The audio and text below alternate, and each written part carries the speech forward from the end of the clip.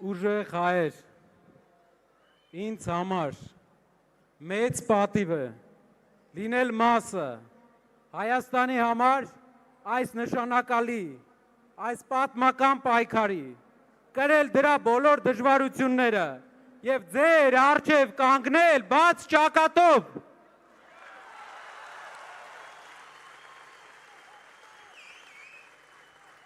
Մեկ տարվա ընթացքում մենք ունեցել ենք շատ հետաքրքիր տարի, ամեն օր մի հետաքրքիր մարտահրավեր, մի հետաքրքիր խնդիր,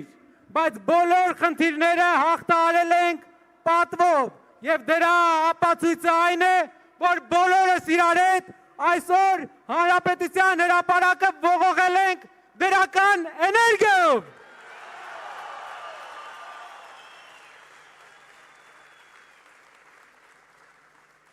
4 օրից մեր պատմության համար վճռորոշ օր է, 4 օրից հանրաքվե երկու բանի մասին, շարունակում ենք այսպես, շարունակում ենք թույլ մնալ, շարունակում ենք թույլ տալ հարևաններին օգտագործել մեզ, թե կանգնում ենք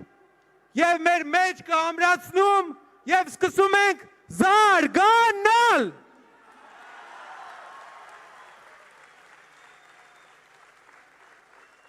Հանրաքվե է նրա մասին, թե թույլ ենք տալու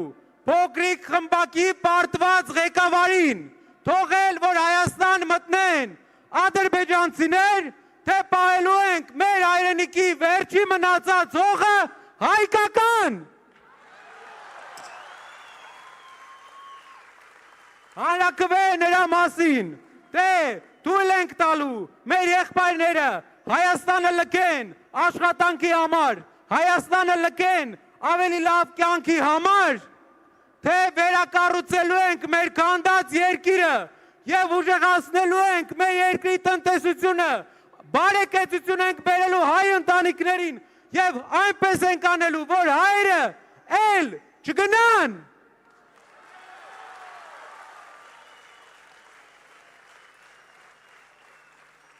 Ով ցանկանում է ապրել ադրբեջանցիների հետ, կարող է քվեարկել ՔՊ-ի համար։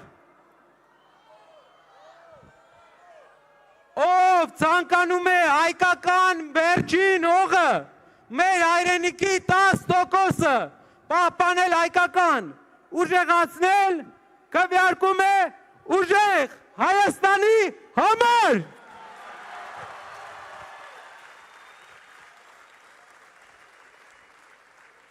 Իմ հայրենակիցներ, ես ուզում եմ ձեզ մի բան ցույց տալ։ Հարևան երկրի առաջնորդը միջոցառում է կազմակերպում 15 օր հետո Մեղրիից 10 կիլոմետր հեռավորության վրա, որտեղ Նախիջևանում նրանք հայտարարում են ֆորում արևմտյան ադրբեջանցիների վերադարձի մասին իրենց կարծիքով։ Սա լինելու է ընտրությունից ընդամենը 11 օր հետո Ադրբեջանի ղեկավարը, Ադրբեջանի նախագահը հայտարարել է 3 ամիս առաջ, որ իրենք պետք է վերադառնան այստեղ, ոչ թե տանկերով, այլ ավտոմեքենաներով, որ իրենք պետք է իբր վերադառնան իրենց պատմական հողեր, բառացի։ Ադրբեջանի հոգևոր առաջնորդը հայտարարել է, որ Հայաստանում կան 400 մզկիթ, որ պետք է վերակառուցվի։ Հայաստանի ազգային ժողովի նախագահը հայտարարել է, որ ադրբեջանցիները ու հայերը պետք է սովորեն իրար հետ ապրել, և նա չի բացառում, որ ինչ որ ադրբեջանցիներ կգան Հայաստան ապրեն։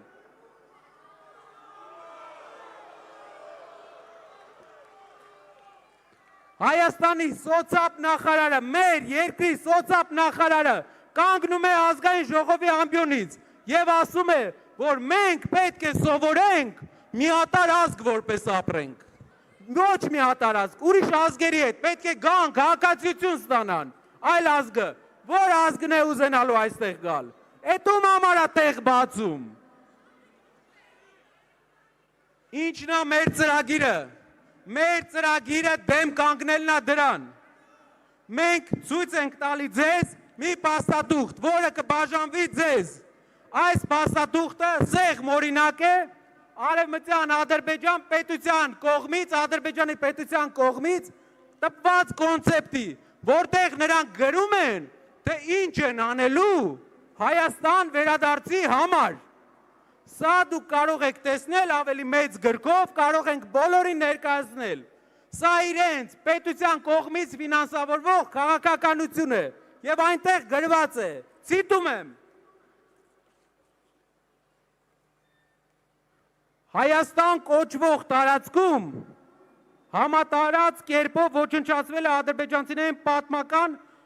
եւ մշակութային ժառանգությունը, իրենք են իբր ասում։ Այն ազգն է ասում, որ ամբողջ Դաշտային Ղարաբաղը վերածել է անհայ տարածքի, որ ամբողջ Լեռնային Ղարաբաղից հայերին զտման է ենթարկել, որ Նախիջևանում խաչկարեր է ոչնչացրել։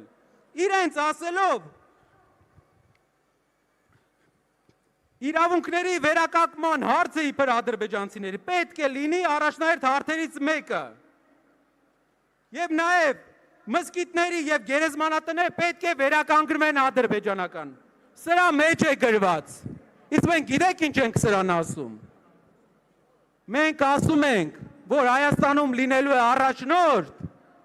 որ երբեք սա թույլ չի տա, որ Փաշինյանի ու Ալիևի ծրագիրը հոդս է ծնդելու։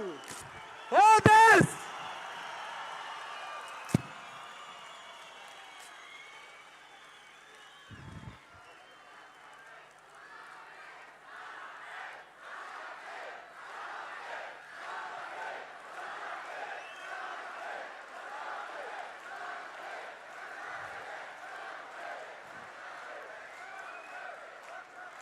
Գնացեք հանրաքվեի,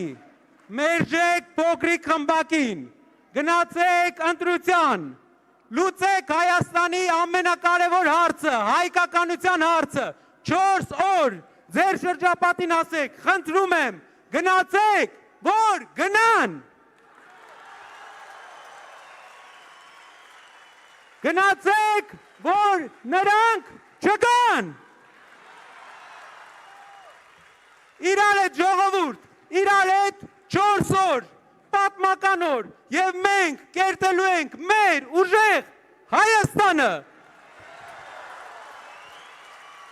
Փոփոխությունների համար, փոփոխությունների համար, փոփոխությունների համար,